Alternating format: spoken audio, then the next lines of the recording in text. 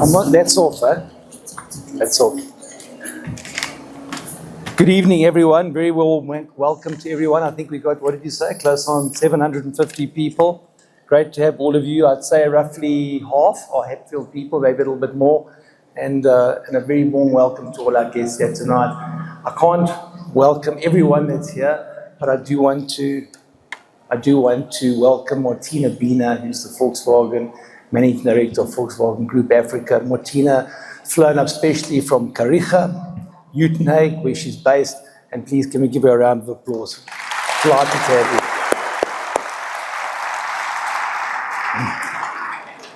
So last year I did welcome all the Liverpool supporters here tonight. And I definitely want to welcome them again. They did lose yesterday or the day before, and they did lose their last league game. So great to have you with us. If you keep losing, we may have to have these awards functions more often. And to the Man City fans, losing 3-0 yesterday, welcome. Great to have you with us. I won't tell you who I support. But anyway, on a more serious note, you know, we've got many guests here tonight. So to all the managing directors, senior managers, we operate 20 vehicle brands today, and really thank you for being with us. Highly appreciate it. I can't, in terms of I must say a huge thank you to Chantal and Riaz for putting on tonight's awards. I know once or twice I've left that till the end and then not thanked them. And they've taken it well. So let's give them a round of applause. So Chantal was the one, she decided that tonight would be a black tie affair. So I kind of told her after the invitations had gone out that I don't have any more ties. And she did sort of tone it down to formal when I suggested I was going to wear white shoes.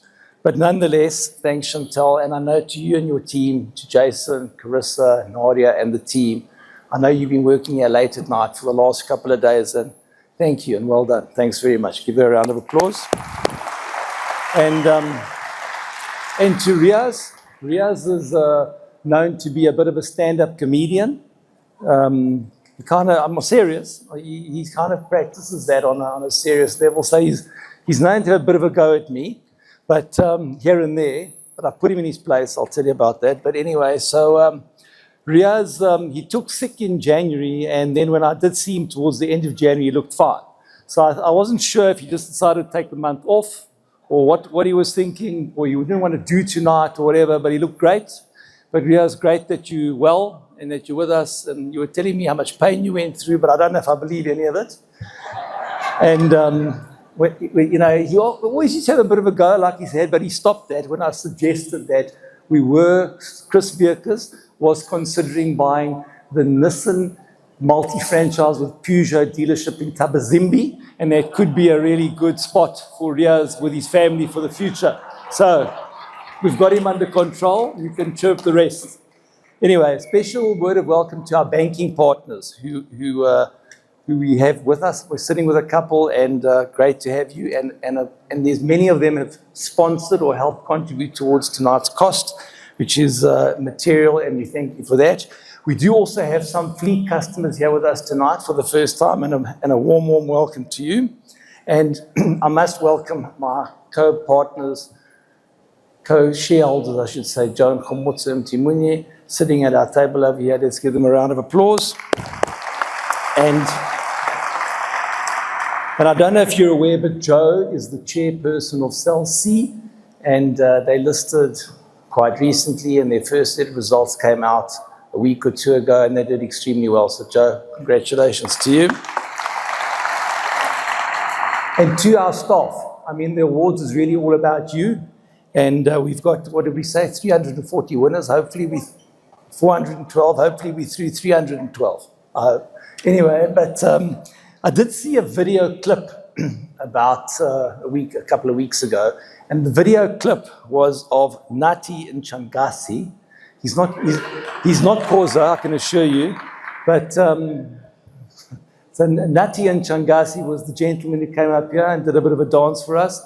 But we should have played the video. It was quite something to see, but we didn't really have his permission. But they videoed the dealer principal, Steve Whittaker at Isuzu in Richards Bay, telling him that he'd be nominated for this award and that he'd be flying to Johannesburg and put up for the night.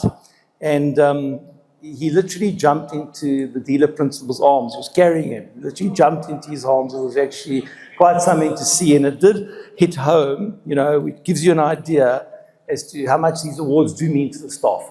So it's all about you. So please enjoy, eat, drink responsibly, and enjoy the evening. I do want to make a mention of Jock Green. And Jock is a franchise executive and he looks after Ford. I have to look down, guys, because it's a couple. Ford, Mazda, Isuzu, Suzuki, Chery, Motor Jaku. He does a fantastic job for us. I didn't want to leave anyone out, Jock. And he has served on the Ford National Dealer Council for some years. And he was recently elected to join an international Ford Dealer Council. They call it the Ford International National Dealer Advisory Council Roundtable. So a huge honor for Jock and for the Hatfield Motor Group. And I'll read what they say their objective is. It's to leverage global dealer expertise to gain insights into critical business topics, share and scale best practices, and guide the transformation of Ford Motor Company for future success. I couldn't summarize that, but in a nutshell, basically they have an international dealer council across many markets. They meet physically twice a year and they meet virtually, I think, every second month. And they share best practices across the world. And it's really a credit to Jock that he was elected, but it's also a credit to Ford Motor Company that they actually have something like this in place, because it's quite unique and it does show what their commitment is to their dealer networks in the world, and how committed Ford Motor Company are to growing the long-term relationships. So Ryan, please pass that back. Well done. Great stuff. Thank you. So quickly, just a little bit about Hatfield. So look, the year was really very buoyant. I mean, Paul Marshall will tell you that passenger sales went up 20%, and light commercial sales went up 8%, which they did. And for us, our sales grew as well. Make no mistake, I'll tell you a bit about that in a minute. But one of the things, one of the points that I do want to make about our group is that we do have a culture of winning. And that is quite amazing to see. And we have this enthusiasm. And we must never lose that, even in businesses that are maybe not new, or businesses that we've had for some time. That enthusiasm is critical. And I was talking to Nick Malik yesterday. We were having a chat about, I'll tell you about that later. But anyway, and he said to me that Nick lives in Boksburg. And he went past our BYD dealership. Mark Hanley, you can listen to this one. It's a good story. He went past our BY dealership in Boksburg. And no one knows Nick there. They wouldn't know him. It's a new dealership. We've been going about 3 months. Anyway, and Nick said that he walked in and he was offered a cappuccino, a latte, a still water, a sparkling water, a cold drink. He asked him if this was Liquid Chefs and he was in the wrong place. Seriously. Anyway, the truth is that he said to me he just couldn't get over the enthusiasm that the team had there. And they've done very well, I can tell you that. But they were so enthusiastic, they had no idea who he was. And then he eventually said, look, relax, I've just come to visit and see how you guys are doing, and this is who I am. But he said the enthusiasm that was in that room is good, it's clear why they're doing so well. So that's something we must never forget about. The second point I want to make is we must be humble. Never arrogant, because believe you me, our competitors, they will try and catch. They're not gonna sit back and let us lead. They will come and they will improve. We must know that. And I mean, if I tell you a quick story about being humble, Naresh can tell the story. We had been in business 1 month, and it's 27 years ago, and Naresh came to me and said to me, we've got a bit of a problem. So I said, well, what exactly is the problem? And he said, well, we haven't really got any money to pay the salaries month one. I said, oh, that is a bit of a problem. Everybody was quite enthusiastic and running around and, getting the business going. Month one, August 98, interest rates were 24% prime. Believe that. Anyway, so I said to Naresh, well, don't worry. We'll transfer some money from our property company to the trading company, and then you can pay the salaries. He said, that's fantastic. But we have no money in the property company. So I said, no, don't worry about that.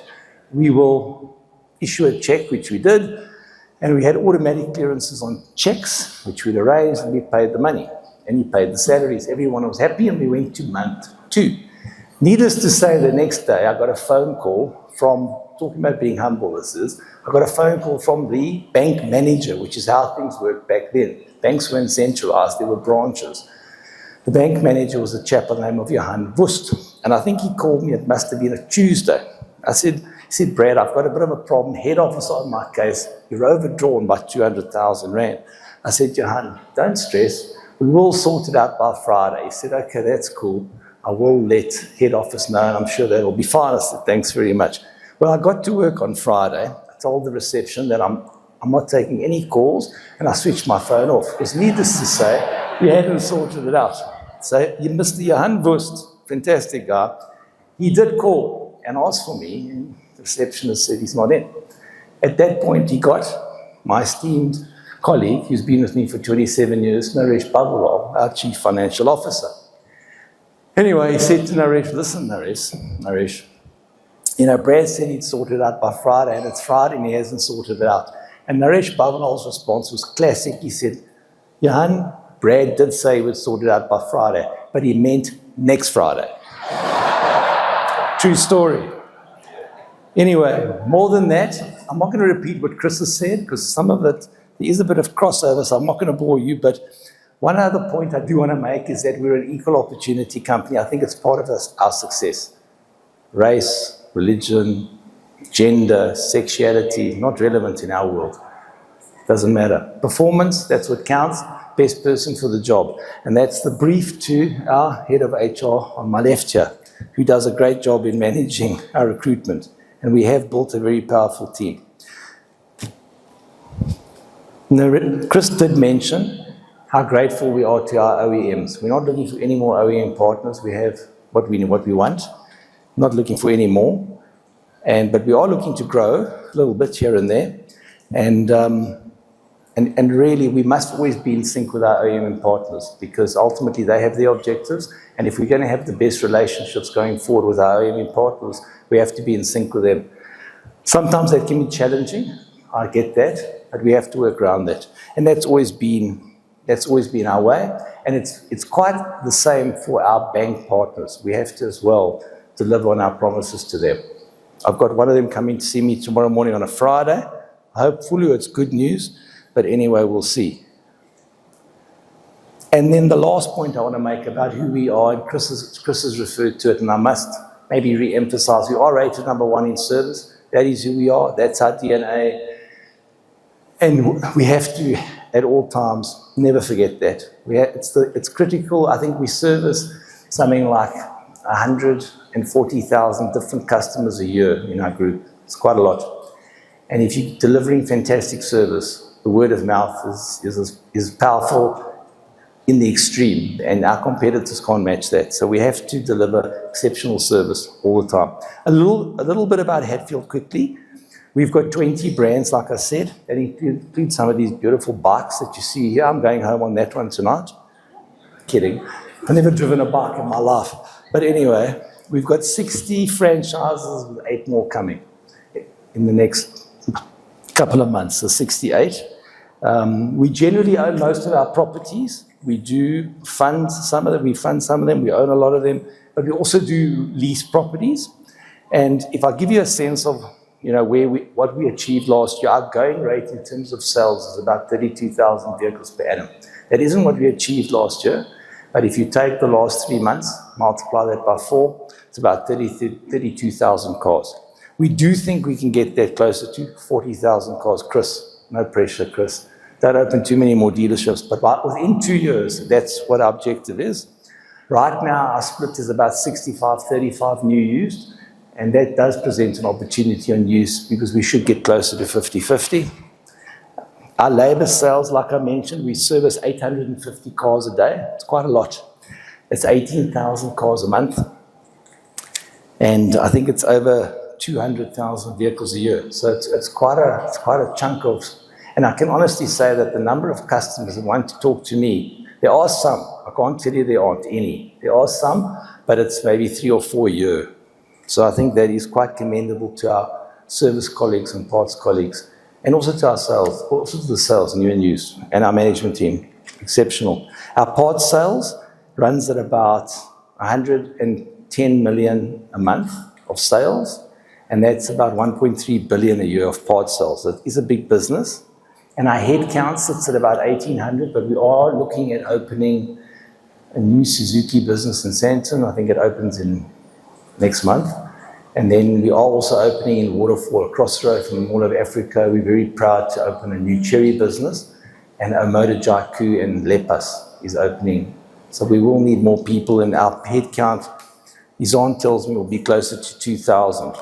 Just very briefly, if we look at last year, 9 brands. We have 9 brands where we have a share that's 9% and more. Volkswagen, last year, we came in with a 14.2% share. It's our best ever. Congratulations to the team. 6 dealerships. Unbelievable. I'm adding commercial and passenger together. And we at 14.2%, that does make us the number 1 Volkswagen dealership. It will be hard to sustain that, but we hope to try. Audi, we're at 21.4%, 4 dealerships. Very proud of that. And BYD last year, I think we were at 25%. That's quite a big number. They are appointing a lot more dealers, so that will probably go down a bit. But we will fight hard to do our best. And GWM Aval, we're at 13% share of their business last year. And what a 5 dealerships, all doing fantastic well, and what a fantastic franchise that is. Mazda, we're at 21.1%, with 4 outlets. And Benita, I think, is here tonight, and she's the new MD of Mazda. Omoda Jaiku, we came in at 12.6% for the year. I get this all from Jock. If there's any mistake, talk to him. But we came in at 12.6% on Omoda Jaiku, and 7 dealerships, and we're opening 1 more, as I said, in Waterfall. So Hans Graylen, saw you earlier this evening. Thanks so much for your support.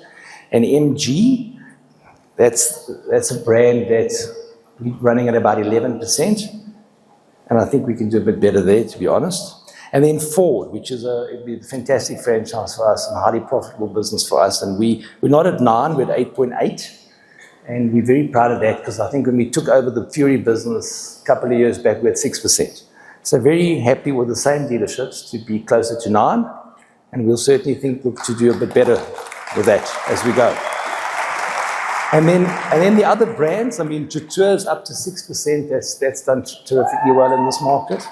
And yeah, I think we'd like to do a bit better. We'd like a few more dealerships there, to be honest. Suzuki, we had 5%, and we are opening in Sandton, and that could be a business that does pretty well. So I think we could get with that maybe to 7 or 8%, and maybe 1 or 2 Suzukis more would be great for us. Mahindra, I saw my colleague earlier, finance director from Mahindra, and that business is improving, and they're in the top 10 and doing well, and we're up to a 4.5% share.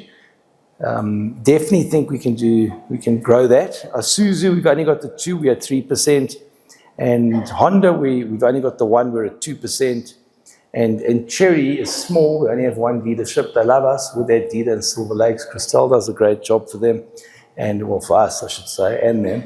And I think we're at 1.5%, but with Waterfall coming, and hopefully a few more, we could see that number growing nicely. The other brands, Renault, Geely has only just started. Lepas is also just started. And of course, MAN is our truck business. We're very proud of it. My esteemed colleague, Nick Malik, there for the last, heaven knows how long, Nick, is running it. And we do a lot of parts out of that business, well over 100 million a year. And in retail, close to about 120 million a year. And sales have been a bit slow, but very happy and also very grateful to the MAN colleagues, the MD, Young Aichiga here, and the whole team of MAN coming here to support us. Let's give them a hand. Thank you. So if you look at our total reported vehicles last year, it exceeded 20,000 new vehicles. And I'd say that our share of the passenger business close on 5%. And, and we're very proud of that. So I think in simple terms, to finish off, on a serious note, I'm not too worried about the Liverpool supporters, but just to finish off, I just want to say once again, a great thank you to all the support that we have from all the outside parties, the fleet owners, and to all our staff for being here tonight. It's a great event. Thanks again to our hosts, and really, I'll be back on stage a little later because we've got another award. Okay, that'll be quick, but really, just enjoy, eat, drink responsibly, and we'll hope to see you again next year. Thank you.